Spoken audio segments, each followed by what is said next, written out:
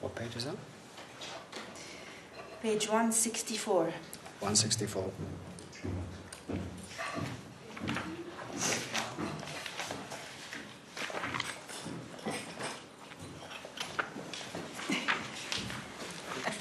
Okay. Parece la familia, ¿no? Tú tienes que estar.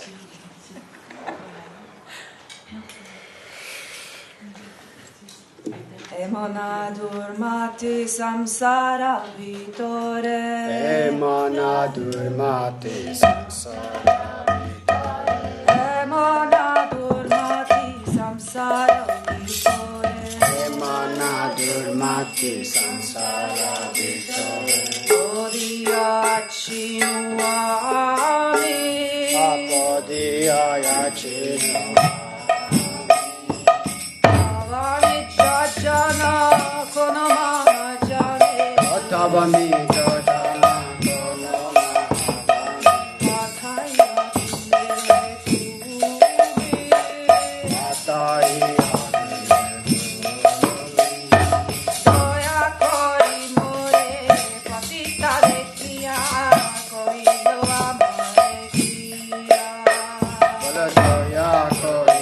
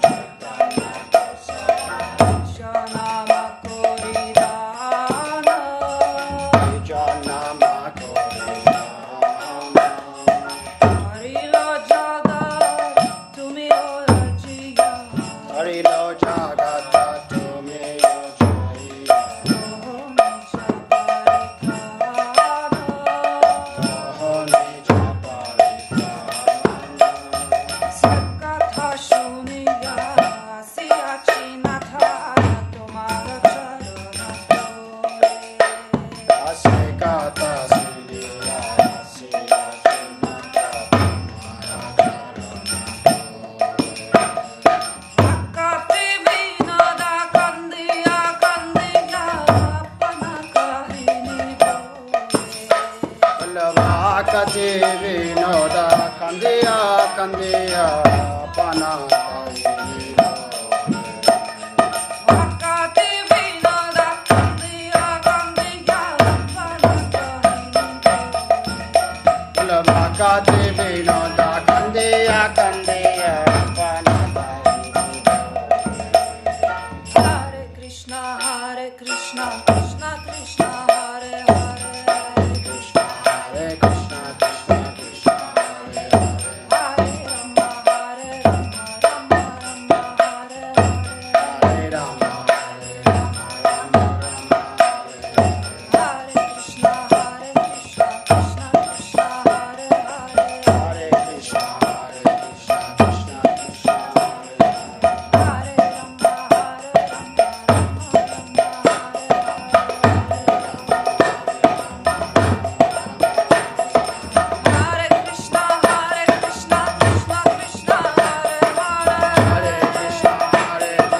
Krishna Krishna Hare Hare Hare Rama Rama Rama Hare Hare Hare Rama Hare Rama Rama Rama Hare Hare Krishna Krishna Krishna Hare Hare Hare Krishna Hare Krishna Krishna Krishna Hare Hare Hare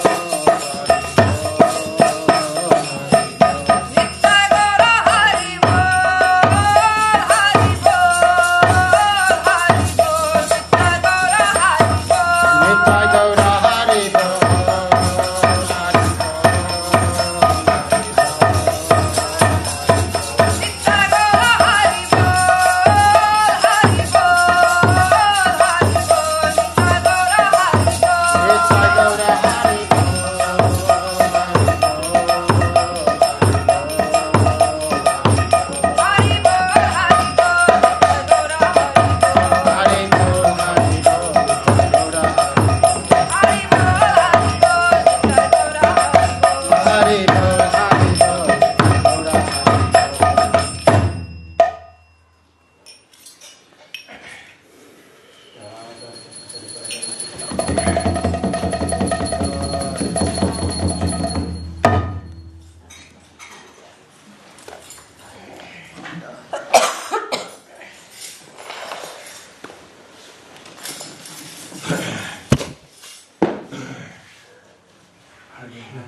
I'm okay. Cheers. The chairs. Maybe the chairs. What's that? Where are the chairs? Where are the chairs? Where are the chairs? Yeah.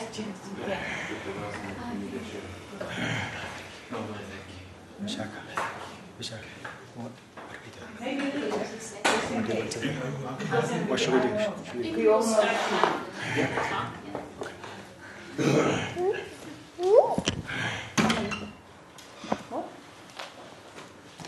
maybe later. You practice a little bit more.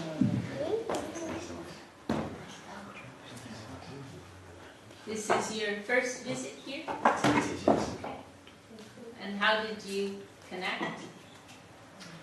I found the event online, yeah, and it really looked good. So. Oh, so you've participated in some kirtan before? Yes. Okay.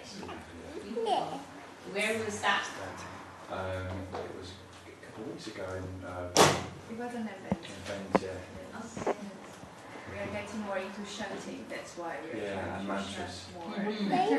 Very powerful meditation as well. That you had a cartoon when you were a little baby. Where is your accent from? Brazil. Brazil. Oh, I love Brazil.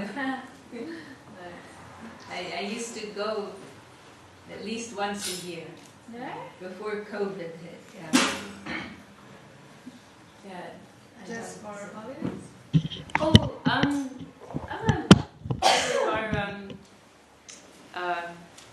how can I say? To meet with our community there. Yeah, we have a large community there. In Brazil, Yeah. So our main ashram is in Campos do Jordão, outside of Sao Paulo. It's kind of a mountainous country area, like 3 hours drive from Sao Paulo. And then also Sao Paulo, we have an ashram, and Rio, we have a few, and also went to Uberlandia, Porto Alegre. I am from Porto Alegre. You're from Porto Alegre? Oh, really? Cool. There's a big community there as well. Ourselves, we have a small community. Yeah. Probably others. Have you joined some kirtan groups there? There, no. Okay. No. Probably there are others there. But yeah, I love Brazil so much. Jai. Well, and are you familiar with the philosophy of Bhakti Yoga at all? Or? A little. Okay. Okay. Beautiful.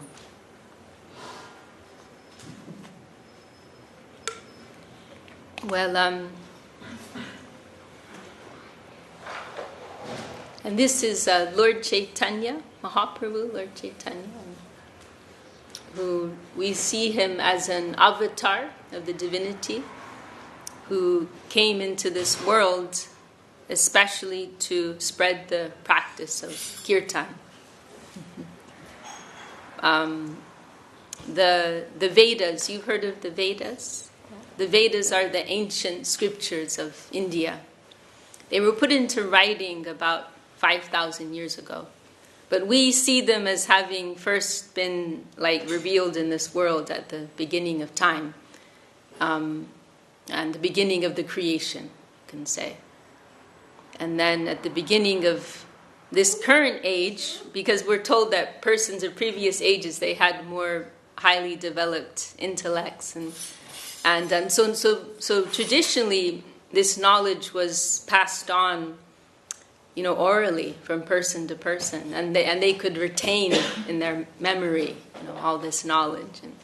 But then at the beginning of this age, there was an awareness of there being some degradation in the in the capacity of people, their intellect and so on. And so then it was put into writing like that. And so the Vedas, they are very, very, very it's a very vast body of literature that covers pretty much every aspect of existence, both on the spiritual side as well as the material side. It's really quite incredible. Politics, farming, relationships. And then also coming into the spiritual realm, they recognize and discuss many different aspects of the divine. And in fact, pretty much every spiritual conception that you come across, you can find some corresponding discussion, maybe under different name or names, but same content in the Vedas, right? And so for example, when it comes to understanding what is the nature of the supreme divinity, and this is something that is debated, right, amongst different religious systems of thought, right? So, the main point being, does God, if we're going to use that word, sometimes I call it the G word, because some people get scared if you say God, yeah. I find it depends what country you're in. In some countries they're okay, but then other countries not so much. It's not cool, So one major question, right, is whether the supreme being has a form and a personality, or is just some formless, like, light being, right? This is one big point of difference, right? But this is what we really appreciate about the Vedas, that it's so broad and accommodating in its scope, and so the Vedas recognize both aspects, right? They recognize three principal aspects of the divinity, and one is called Brahman, and this refers to this like light, formless, conscious manifestation, right? Which is everywhere, in everything, surrounding everything, right? It's, that aspect that everybody feels, right? Like sometimes people particularly will say, like, when they connect with nature, right? They feel the divine is present, right? One of our gurus, Srila Śrīyukta Maharaj, he told of this one occasion when he was a young man at university, and this was in Calcutta, I think, and he came across this wandering holy man, which is very common in India. Although I suppose you could say you also find them in the West, but may not be so obvious to observe. But anyway, our guru Srila Śrīyukta Maharaj, he approached him and asked him, "Oh, have you seen God?" The classic question. And that sadhu is the Sanskrit name for a holy person, a sadhu. The sadhu, he said in this very, like, intense way, he said, "Can't you see him? Can't you see him? He's everywhere. In the sky, in the earth, in the trees, in the ocean. He's everywhere. Can't you see him? Can't you feel him?"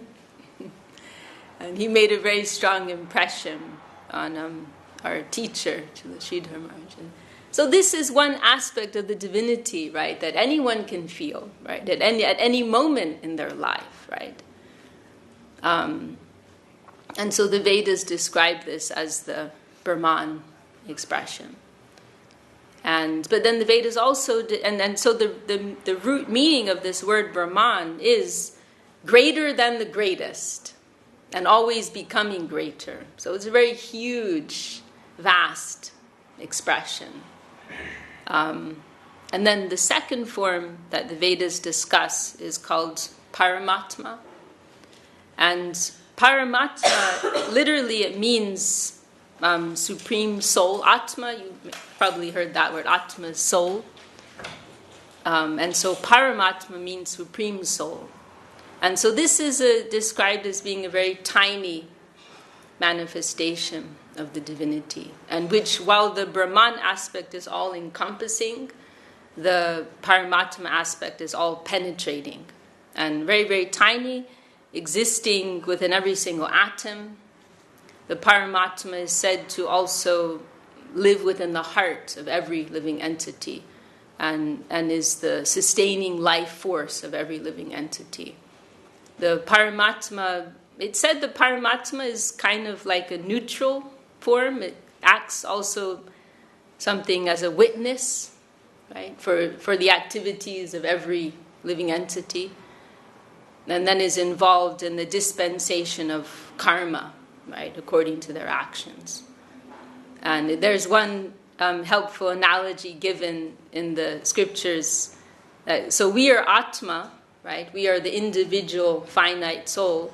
And then Atma is always accompanied by Paramatma, the Supreme Soul, it is said. And so this one analogy is given like two birds on a tree. Right? The one bird representing ourselves is busy eating the fruits of the tree and experiencing the reactions of eating that fruit. In other words, a soul in this world engaged in karmic reactions, right? And then the second bird representing Paramatma, the Supreme Soul, is simply watching, like a witness, simply observing, like that. So they're always together. And so many yogis, the ancient yogis of India, this tended to be their aspiration, actually, like to have in their meditation, in their trance, samadhi it is called, to have some glimpse of that beautiful. It's said to be a very beautiful form, actually, this Paramatma expression of the divinity. So that's Brahman, greater than the greatest, Paramatma, smaller than the smallest. And then there's a third manifestation also described, known as Bhagavan. And we can be known as Bhakti yogis, or more traditionally in India, we would say Vaishnava. And a Vaishnava means a person who adores this Bhagavan expression, which means the divinity in a form that you can approach and have some type of personal relationship with, right? And so this is why we worship these deities, right? Which are we see as one manifestation of this Bhagavan expression, personal expression of the divinity. And the specialty of this Bhagavan expression is that what is really the innermost need of every living entity is fulfilled, right? In other words, the need for love, right? Love, and we can't deny that, actually. We can't deny that intrinsic need for desire, for love, relationships, intimacy, family feeling, right?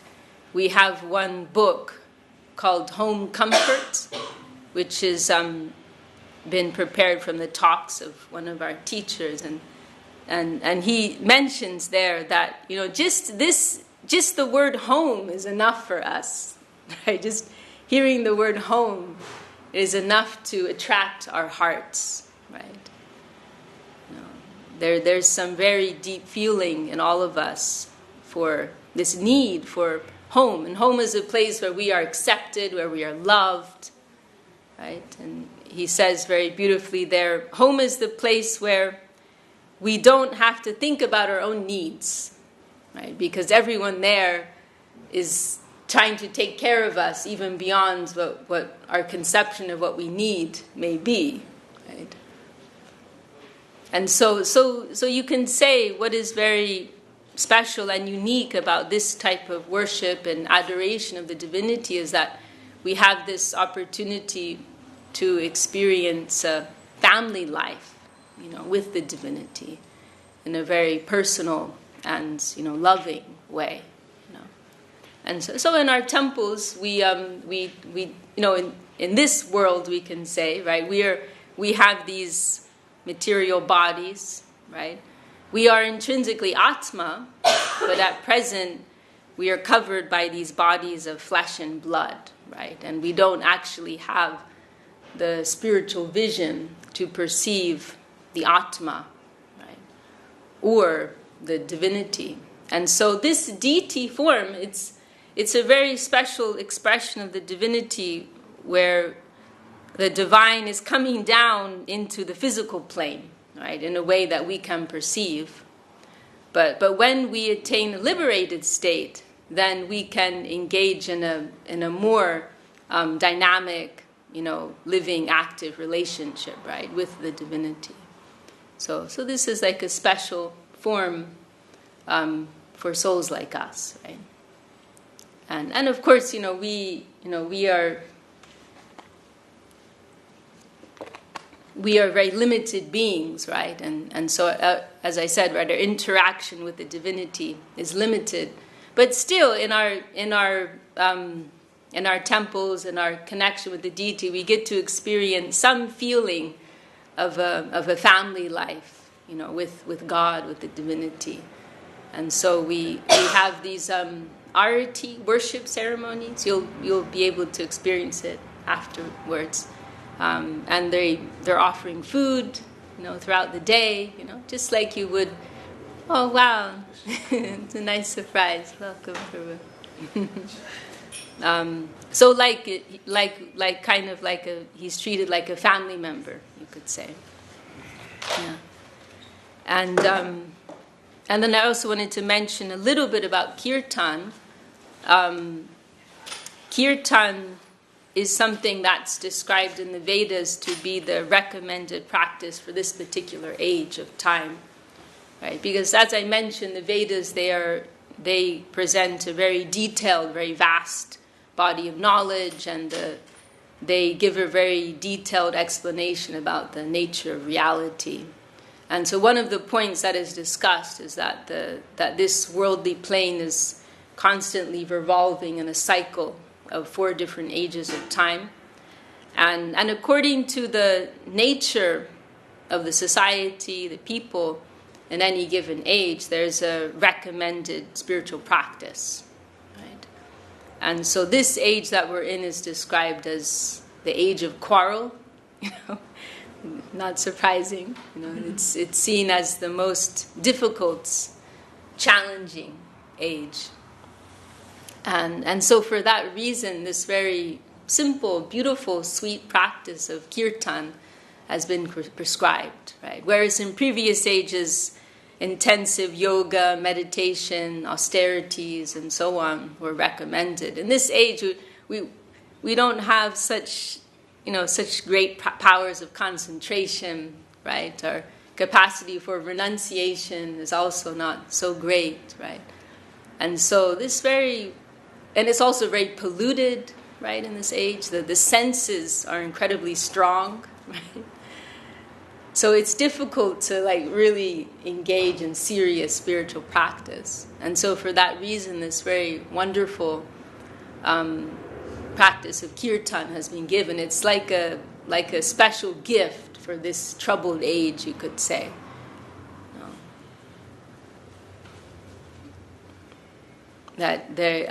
I always remember that the first line of one of Charles Dickens' novels, it was the worst of times, it was the best of times. There's one verse in one of our scriptures, Kalir dosha nide rajan yasti heko mahanguna kirtanad eva krishnasya mukta sangha paramvrajat, saying that this age of Kali, it is called, age of quarrel, it is like an ocean of faults. So many, like if you pick up the newspaper, right, millions of things going on that just disturb you, shock you. So it starts like that. This age, it is such a difficult, challenging age, so many faults, but it has this mahanguna, this one very great quality, that through this simple practice of kirtan, one can achieve the highest attainment of the soul. And this word kirtan, the root meaning of it is to glorify, to pray, to give praise, right? And actually, there's some form of kirtan in pretty much every spiritual practice. You find some form in Christianity, in Buddhism, in Islam. Pretty much every tradition has some tradition of chanting or calling upon the name of the divine, right? So there's some recognition everywhere that there's some power inherent in this. But we find in the Vedas, in kirtan, that it's elaborated upon in a great way. And it's a very natural tendency, right, to be attracted, for us as individuals, to be attracted to something that is greater than us in some way or another, and to express our appreciation and devotion for that, right? I mean, even if you look at, like, you look at the music industry, right? Like, so many love songs, right? Or if you think of the type of, now the Olympics are going on, right? So I hear,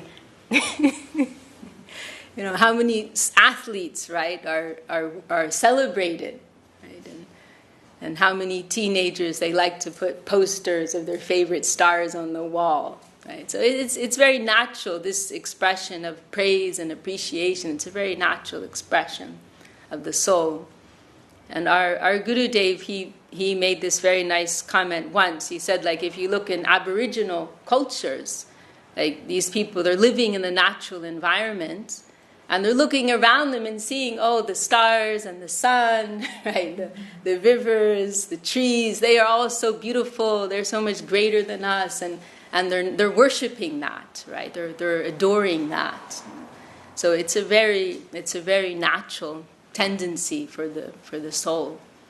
And so in kirtan, there's this vision that, we appreciate so much beauty around us. We appreciate, whatever gifts have come to us, and let us express our appreciation for the source of that, right? Rather than in a scattered way, let us express our love and appreciation for the source from which all of this bounty has come, this beauty has come, right?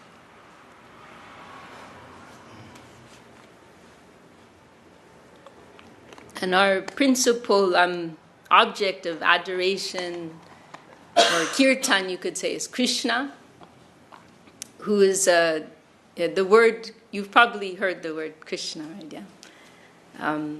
Of course, we've all just been chanting Hare Krishna mantra. But the word Krishna is very wonderful. It's referring to attraction, right? And so the nature of Krishna is that he is extremely beautiful, extremely attractive. He's attracting our hearts more than anything else. He's attracting us by his beauty, by his love, by his charm. Right? And then also, and this is kind of like a hidden meaning of this Hare Krishna mantra that we chant, that included in this mantra is also adoration of Radharani, who represents the feminine principle of divinity. So Krishna represents the masculine, supreme masculine principle, and then Radha represents the supreme feminine principle. And that's also a nice point in that, both the feminine and the masculine sides of divinity are acknowledged and glorified very widely in the Vedic text. It's, as I said, it's a very complete appreciation of the nature of divinity. And so in this mantra, the Hare Krishna mantra, it's composed in a very particular grammatical case, which we don't have it in English, at least not in modern English, but it's called the vocative, which means it's particularly constructed so that you're calling them. You're not just saying someone's name, but it's like you're seeing them somewhere and you're calling them like that. So it's it's couched in this very heartfelt way. It's like a direct appeal call to Radha and Krishna. Please come. Please come to me. Please reveal yourself within my heart. It's like an active rather than passive type of prayer. You mean, Didi, that just because of the construction of the sentences, yes, without saying, please come to me, it's already implied. Yeah, it's already implied, yeah. And so Sanskrit's super complicated, I tried studying it a little bit, So the word for Radha here is actually Hara, which means who steals, right? And the idea is that she has the ability to steal Krishna's heart, right? So she has this name of Hara. But then in the vocative case, it changes to Hare. So it's a change there. And Krishna actually remains the same. Sometimes the case may be different, but the spelling is the same. So it can be a little tricky.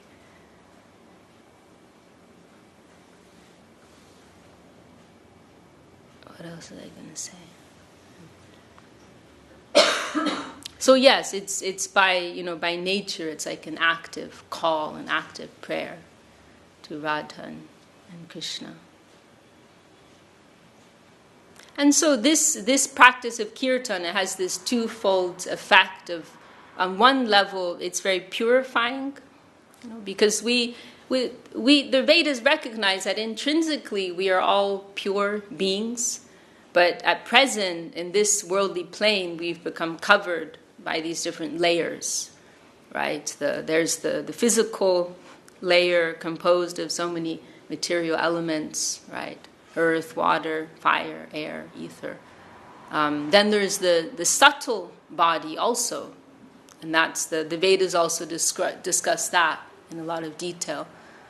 And so so the mental plane, that's one plane covering us, one layer that's covering us. And then there's also the plane of buddhi, the intellect, the intellectual, the discriminating plane. The mental plane is not discriminating. The mental plane is more concerned with like and dislike. It's quite binary. So I like that or I don't like that. And so if if we identify too much to the mental plane, we can get ourselves into trouble, right? We eat the foods we shouldn't eat, or we do the things we shouldn't do. We can make ourselves sick, right?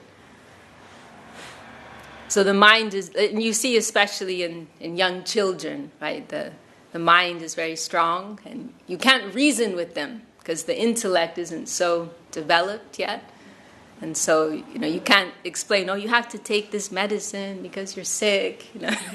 No, you have to mix it with some pink syrup, and then you can convince some strawberry flavored pink syrup,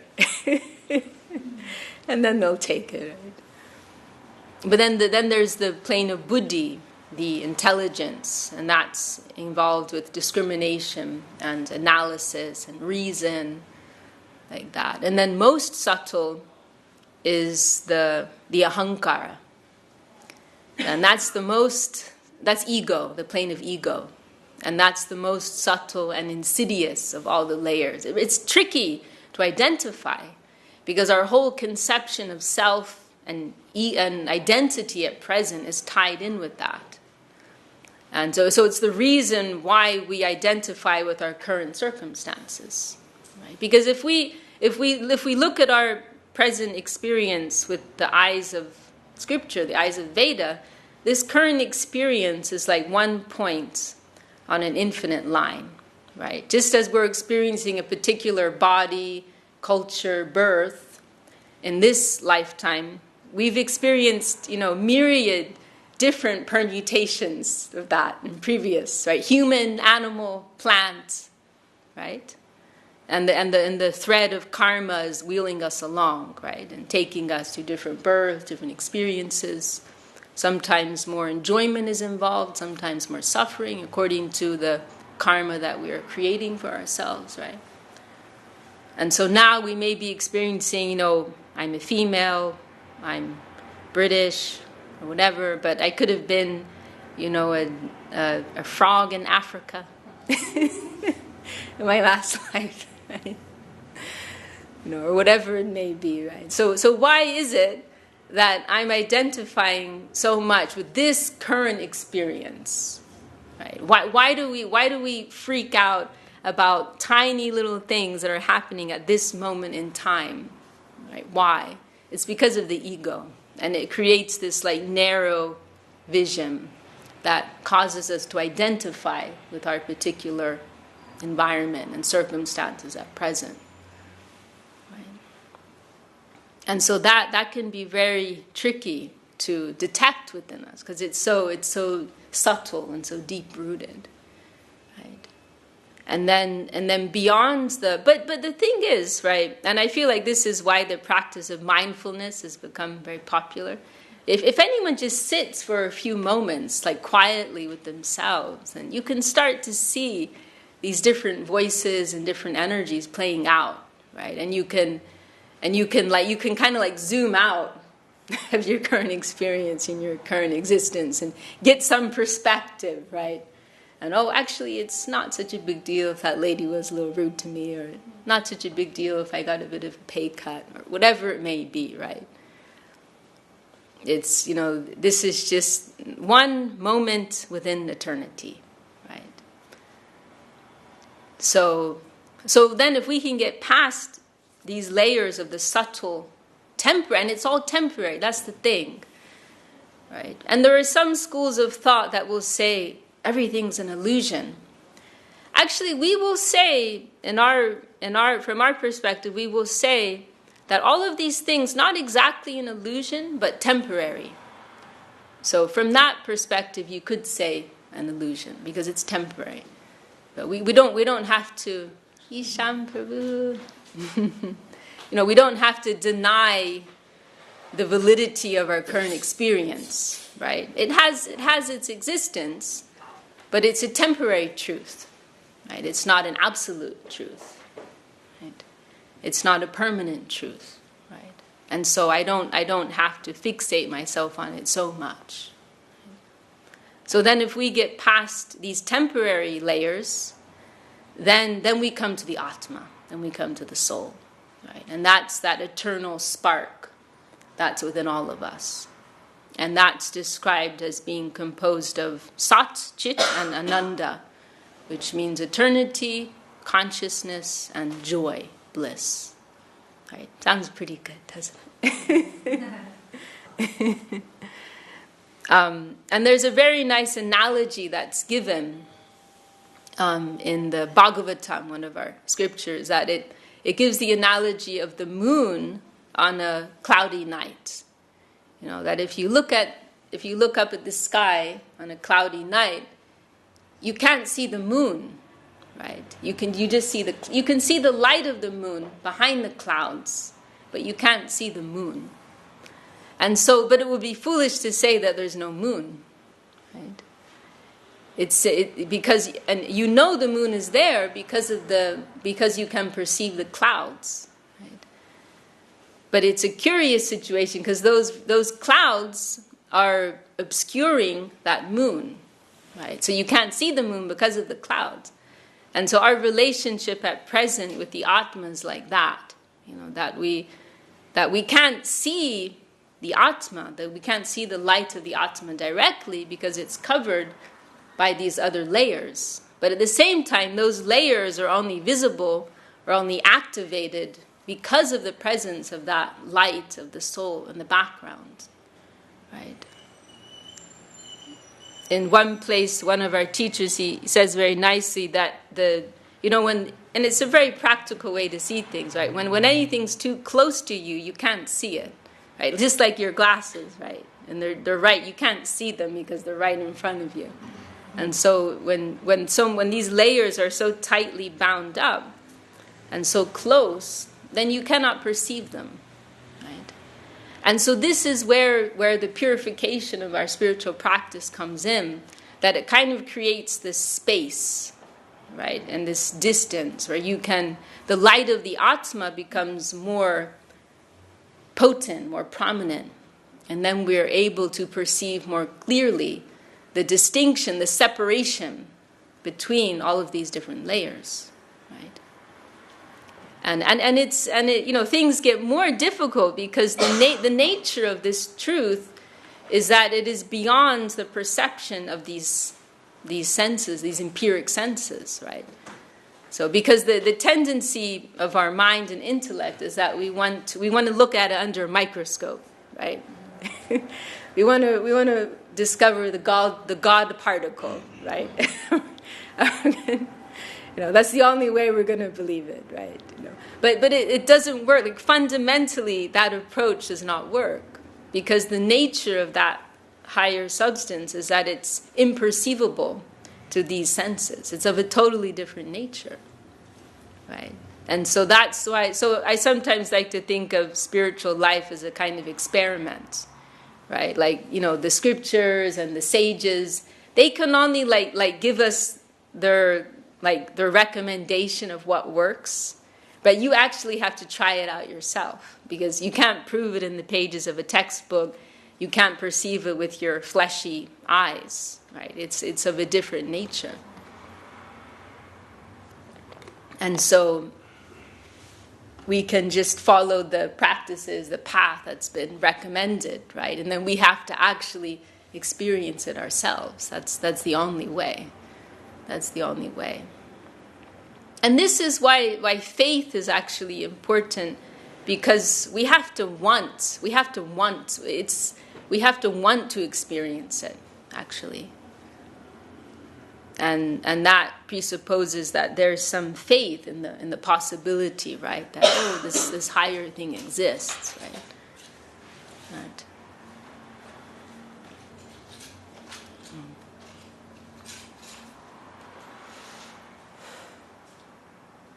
And so the scriptures and the saints, they're holding up a big invitation. Come and try it out. Experience it for yourself. So, and you say all this search for truth and the search for spirituality, for the Lord, that actually the ego hampers that search, right? The ego is the cause of that we cannot actually experience that. Yeah, you could say that. I mean, we've kind of entrenched ourselves pretty deep in the experience of all these different layers of existence, right? So naturally it will take some time, right? It's like a rehabilitation process, you could say, right? It won't be an instant thing, but it will take some time. It will take some time. If we think for innumerable lifetimes, right? We've been living a particular way, thinking a particular way, then to make some shift, right? To seeing things with more spiritual vision, it's not going to happen overnight, right? And so it's complicated. Because there's the ego, and then there's also the web of karma, right? That we've created for ourselves. So sometimes we may experience ourselves or see with others, right? They really sincerely have that inspiration. Oh, I want to try and, follow a spiritual path. I want to realize my higher self. I want to connect with the divine. And then, wham, some heavy karma thing just comes and hits them. And then they can be sidetracked, for it could be years, could be lifetimes, right? And it could be so-called good karma or bad karma. It could be some illness, it could be the loss of someone close, it could be some old habits, some old addiction, right, that suddenly comes up again, right? Then it could also be good karma, like there was one person I knew, he joined a temple, and he was there for a year or two, doing really well, and then he had an inheritance that came to him. And he got himself into so much trouble, with drugs, and he left the temple and just got really deep into this party scene and got deep into drugs, and that nice karma, didn't help him actually. So it can come in different ways, right? Because what to do if you have so much money that you receive so much money, and then what to do to stay out of trouble or bad karma? So yeah, many different things, can come to obstruct us. But in Bhagavad Gita, there's this very encouraging expression, right? That whatever you have acquired in your spiritual practice, it will never leave you. That it may be covered over for some time, that nehabi kramo nashosti, that verse, that whatever you acquire, it's like an infallible bank account, right? It will never leave you. That you may be sidetracked for a while or may be covered over for a while, but it's always there. It's always there. And when the circumstances are favorable again, then you can rise up again and pick up from where you left off, right? I've heard about different cases where archaeologists they came across seeds, like plant seeds that were preserved from like hundreds. I think one I read about in Egypt, it was like 1,000 years ago, and they were able to plant them, right? They were preserved. It was like so long, but they were still in good condition. They just didn't have the favorable environment to sprout. They weren't going bad. And as soon as you provide the good environment, the soil, the sunlight, the water, the fertilizer, then they sprout. So I really love that. In the same way, when we come to take up a spiritual practice, when we take shelter, right, of God, the saints, then we're receiving the seed, right? And it may be dormant, right? That's the word I want. Maybe the seed may be dormant for some time. If you throw a seed on concrete, generally it won't sprout, but actually sometimes if you're in a tropical country, it does. And what they did was, I was listening to a scientific research. I don't know if you've heard, people are these days, they're trying to preserve their own body. Yeah. At a certain stage, maybe in the next 50 years, 100 years, it can be so advanced, the research and that kind of thing. They think that with cryogenic technologies, they can bring some life back in the next 100, maybe in 1,000 years. So they're preserving the bodies. Yes. Zombie science. What did you say? It's always the quest, the immortality, right? Huh? It is always the quest. And Is that what it's called? Zombie science? Oh. It sounds like a zombie science. It's not what it's Dandavad Satish. Yeah. Crazy things. But what happened to the soul? What happened to the soul? If the body is preserved or frozen for 100 years, what happened? Is the soul stays there, or is it going to leave in 50 years' time? How is it going to work? I don't know. I mean, I suppose it could be in a dormant state for some time. If the life is really preserved in the body, I suppose. What were you going to say? No, this is the thing. It's complicated. I also don't know what to comment. And one of the research is these doctors. I think they did the research on a monkey, where there was a body of one monkey because it died, and they got the head of another monkey. Together, and the monkey, it lived, it opened its eyes, and it lived for some hours, but then it died. So that's another thing, body of one, head of another. And in Google you can get it oh my goodness. for a couple of hours. So then it died. So. Yeah, it gets complicated. And of course ethical questions are there. But I think there is the idea to just play magic with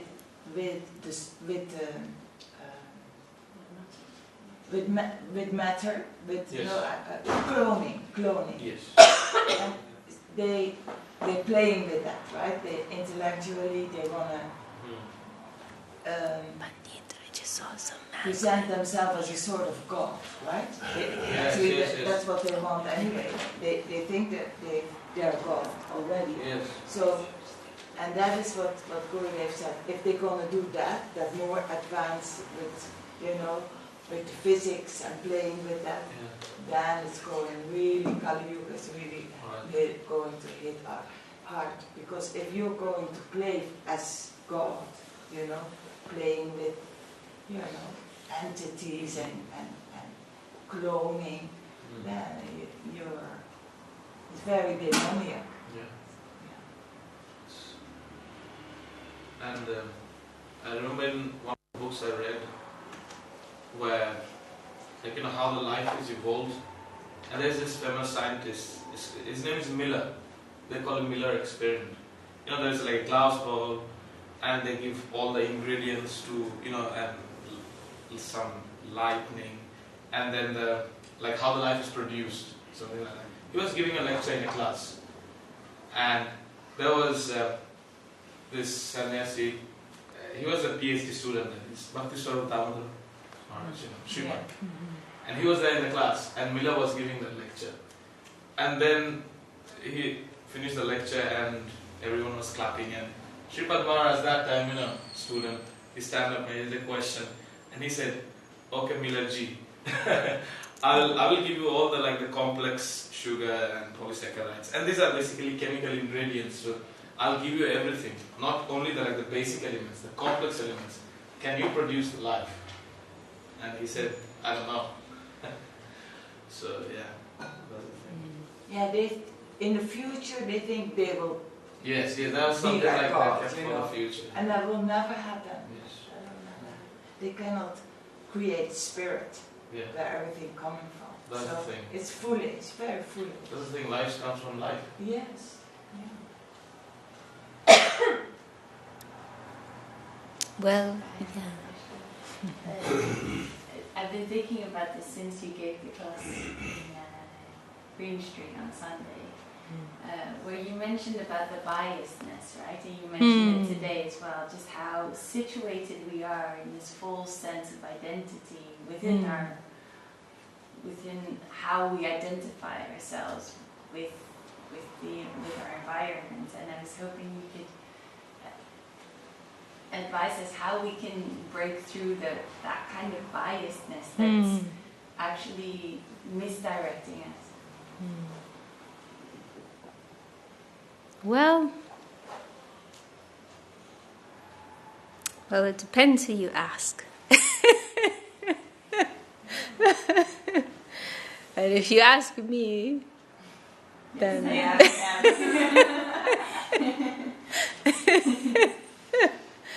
then according to the Bhakti Yoga approach or Vaishnava approach, then we would say surrender is actually the secret. Surrender.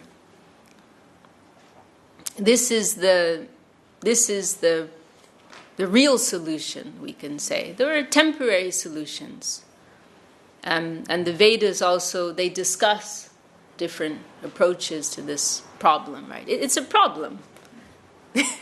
It's a problem. It's a big problem, right? And the Vedas, they discuss different approaches, right? And we can say that there are three main. When it comes to the spiritual side, there are three main points of discussion in the Vedas, right? One is, and they're all aimed at persons of different levels of understanding, right? And one is, and the most basic is that of what's called sometimes karma kanda, right? And that is for persons who aren't really ready yet to really look at this point that we are Atma, right? For persons who want to live a good life in the world, but have a little bit of spiritual life mixed in, right? And so this karma kanda section, and I'm referring to the Vedas, but these ideologies are also, they're discussed in all different spiritual paths and ideologies in the world, right? So the karma kanda is recommending, just trying to help people live decent lives and don't kill your neighbor and so on, right? Do good and good will come back to you and so on, right? And there are so many particular types of worship and mantras and so on that are recommended to help one live a more successful and comfortable life in this world, right? And then also with some connection to the spiritual side, some honor at least of there being a divine element, right? right? So that people are still, more or less on a decent track, right? And still have some connection, right? And then the second we could call Jnana Kanda, right? Gyan knowledge. And that's for a more sober and aware class who are like, well, hang on, we're not these bodies anyway. This whole experience we're going through is temporary. So how can we actually transcend, how can we overcome our current experience, mental, body experience, ego experience? Welcome, Natalie. How can we transcend how can we transcend ourselves? How can we overcome ourselves? Right? And we can take a simple example anyone can identify with. If someone has a particular mental condition or some particular compulsion and they just can't control it. And they seek therapy for that. How can I overcome myself? Right? And then this line of thought is focused on detaching, right? That I'm currently, being motivated by desire, right? Calm, right? Worldly desire.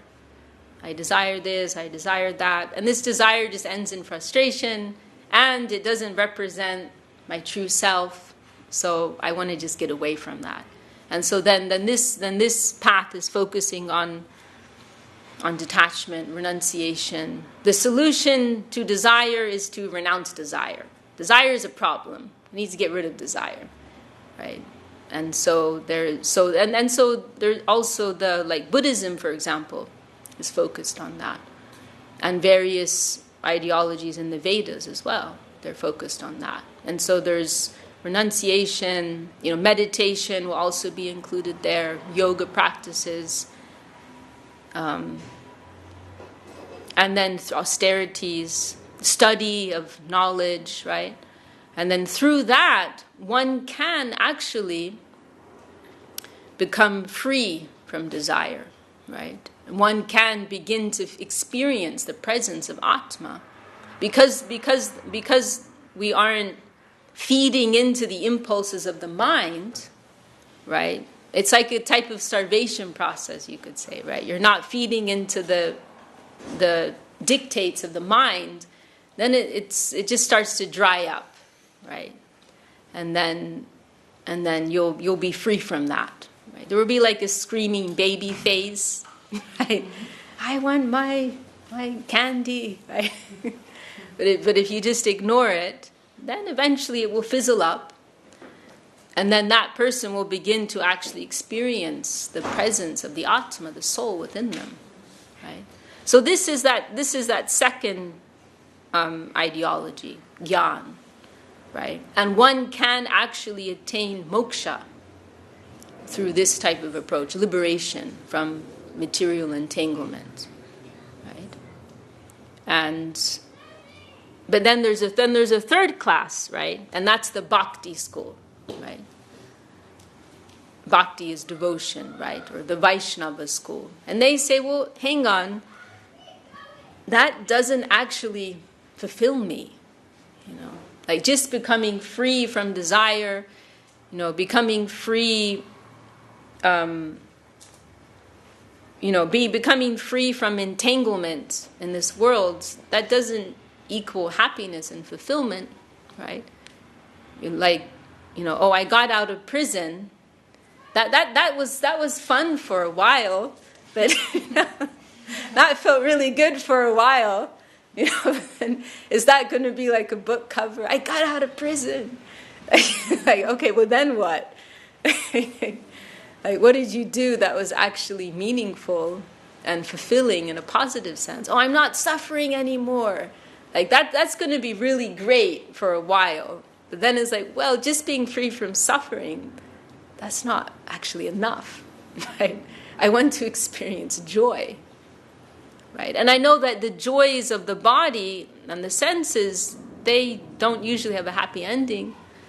So is there another type of joy? Is there a spiritual joy? Right? And so that's where this Bhagavan conception, this relationship with the personal aspect of the divine comes in, right? Where we're told we can actually have a loving relationship with divinity. We can have dynamic spiritual, not static spiritual experience, but dynamic spiritual experience, right? And by doing that, we are simultaneously becoming free from the limitations of the body. We're becoming free from the limitations of the ego. We're becoming liberated, right, so to speak. But at the same time, there's a big plus that we're also experiencing this spiritual happiness, spiritual joy, spiritual love, right? So I've come up from the minus, right, of material karma and suffering and so on. I've come up, but there's no plus there, right? And so these paths that are focused on liberation, they're coming up to zero, right? They're becoming free from the negative side, but there's no plus of actual enjoyment, pleasure, happiness for the soul, right? Fulfillment for the soul. And so as I said, right, that's where this third plane comes into significance, right? That, love, spiritual relationship, spiritual joy, right? However, the fine print here is surrender, right? Sharanagati, right? That I'm going to, and this is what we could call getting a visa, right? This is one way our teachers have phrased it.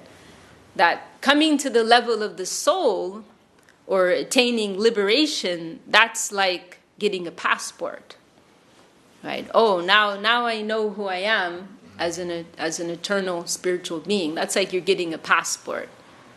I've become free from my temporary identity and experience in this world. I'm experiencing the eternality of my true self. That's my passport. But if I want to enter another place, right, a place of dynamic spiritual experience, a place of love, of spiritual love and beauty, then I need a visa, right? Just like we currently have a visa for this world, right? For the experience of this world, we've been considered eligible to experience this world. But what if there's a higher world? Right, then we need a visa for that plane, right? And so getting a visa means what? That you're, if I want to get a visa to go to where? I'm trying to think, because most places I don't need a visa to go to. Actually, I needed a visa for Australia. I was very surprised about that. So if I want a visa to go to Australia, then it will only be granted on this basis that I'm going to enter to make a contribution there, right? Otherwise, why should they let me in, right? Only on this basis that I'm gonna support their economy, or sorry, Australia probably didn't support your economy.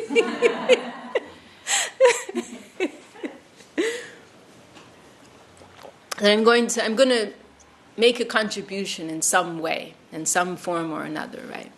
And so in the same way, if we want to enter into a loving connection with the divinity, with that divine abode, and experience this higher type of joy, we need a visa.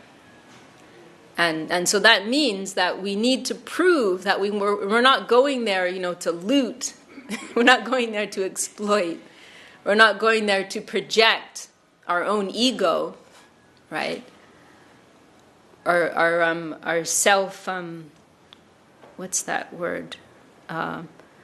Self-establishing, right? The ego has this self-establishing tendency, right? The I, me, and mine. The what about me, right? I'm supposed to be number one, right? This is the tendency of the ego. So we have to be free from that, and we have to approach with that spirit. oh, I want to contribute something there.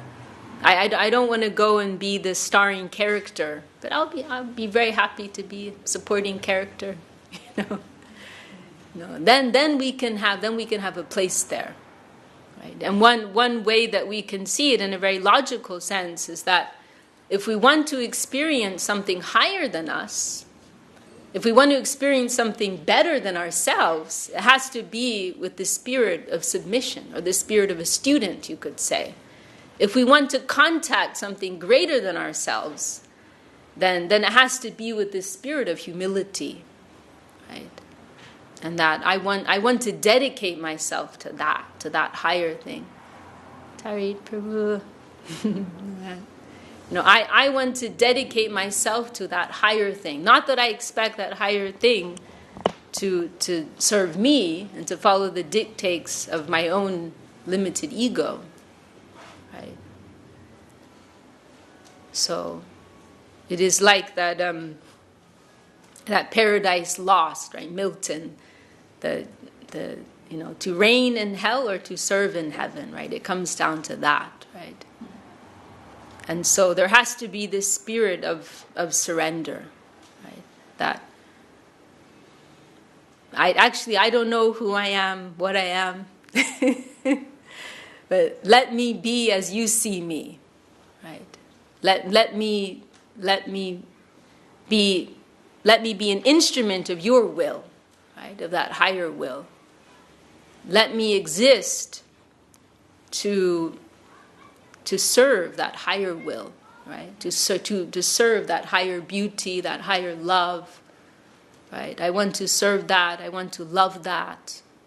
And then we will be welcomed with open arms, right? And we will experience the most intense beauty beyond our imagination, right? And it is actually frightening. Like, according to our material conditioning, it's frightening, actually, to hear that phrase, like, of service, to serve. There's some fright that can be accompanied with that. And it's natural. Okay, the ego doesn't like it, but the other factor is that we live in a world of exploitation, right? So whenever you hear of, this concept of servitorship, it's usually connected with exploitation. And hierarchy generally means exploitation in this world. So we have that type of association. And so there's a fear when it comes to putting trust, right? Putting trust. And that's the kind of world that we live in, right? And it's hard for us to believe in that it's possible for there to be another world that's based on faith, trust, love, right? Where it's okay to surrender, right? Where it's safe to surrender, and it's safe to believe, right? It's safe to believe, right? I like to remember this one moment. I've mentioned it a few times in my one of my nephews. He when he was younger, a few years ago, we were at the temple in Salt Lake City, and he wanted to go to his friend's house, right? And he was telling his mom, I want to go to my friend's house. And my sister was telling, but I told you they're not here right now. We can't go right now. And then he said, well, let's just go over and we'll just wait for them. We'll just go into their house and just wait for them there. and my sister said, well, the house is locked. We can't just go there. The house is locked. And that actually completely threw him off. He was like, what? He was really puzzled by that. He had this really innocent mentality. And then he thought about it for a few moments, and then he looked at her and he said, Mommy, why do people lock their houses? That whole concept, you can come in, there's more space, here. That whole concept just was so foreign to him, coming from his innocent, pure heart, doesn't know the darkness of the world, right? Right.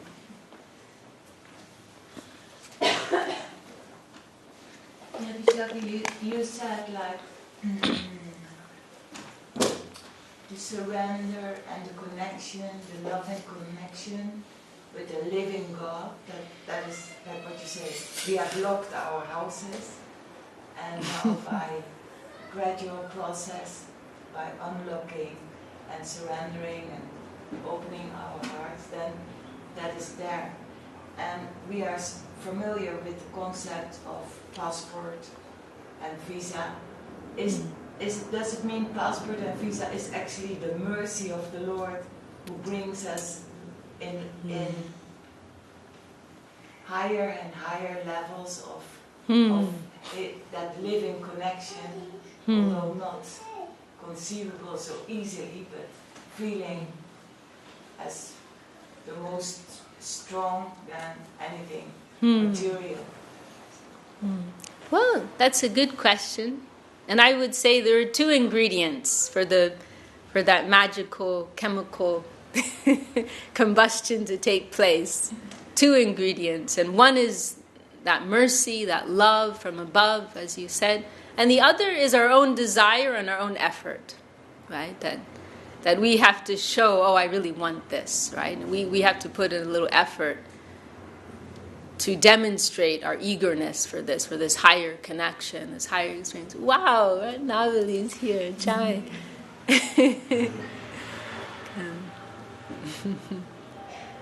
We have to show that we really want this. And if we do, then that connection will come, that love and that mercy from above that will come. And the way forward for us, the path for us, will also be revealed, right? So both sides are there. Yeah. And going back to this point, right, about how can we become free of the ego, right? Then there's this Bhagavad Gita verse, right? That Daivi hiesha ganamayi mamamaya duratyaya mam eva ye prapadyante mayam etam tadantite. And this is also mentioning this principle of surrender, right? That this material energy in this world, which the ego is a part of, right? It's very, very difficult. It's practically impossible to overcome it, right?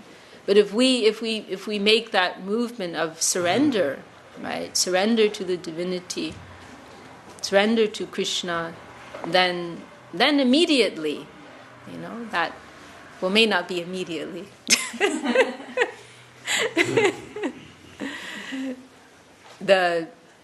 We will become free from that, right?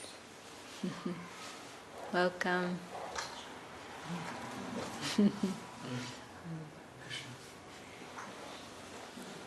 So yeah, it is a challenge, right? Because of our experience in this world,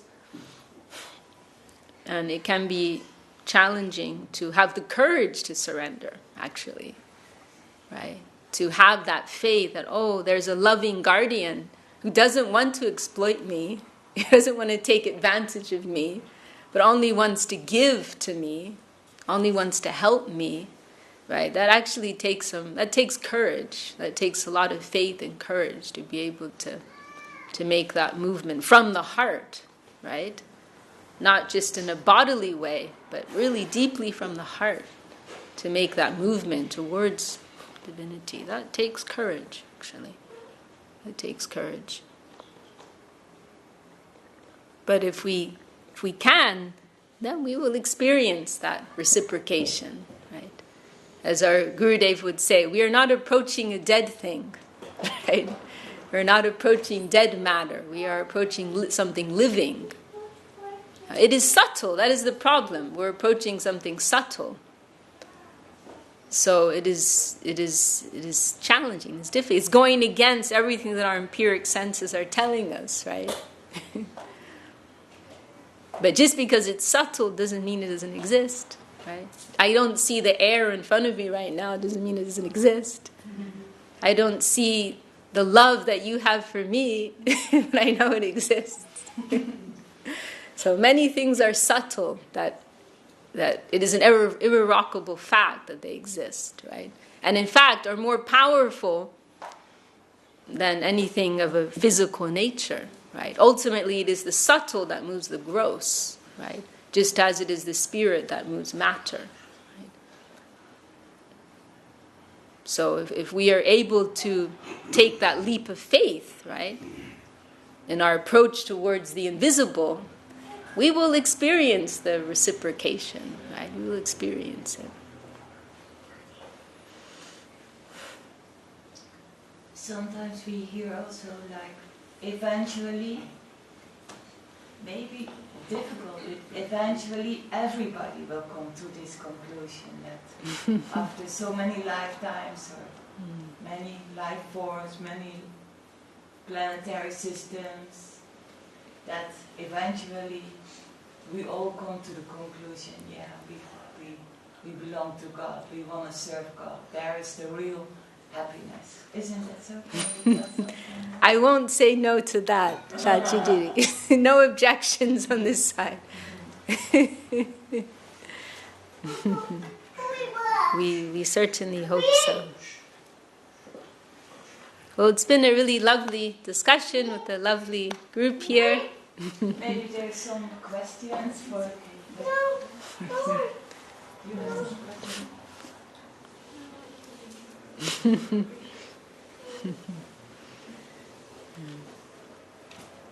Do we have the pujari? Oh, calling, yeah. So we'll have an arati ceremony, and it's called.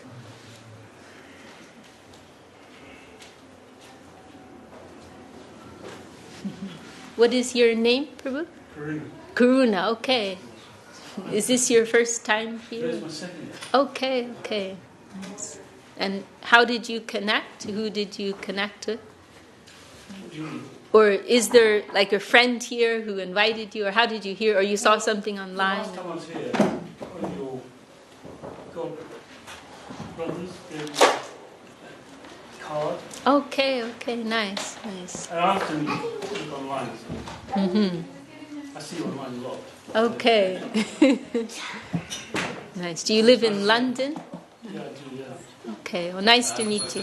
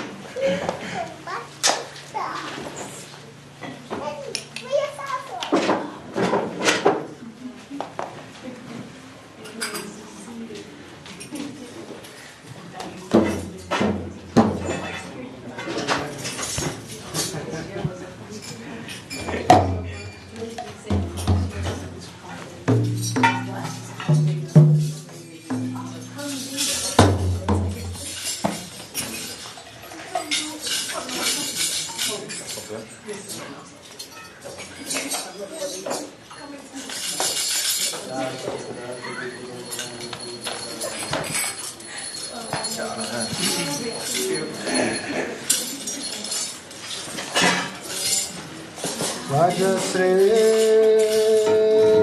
Krishna Chaitanya Prabhu Nityananda Raja Shri Krishna Chaitanya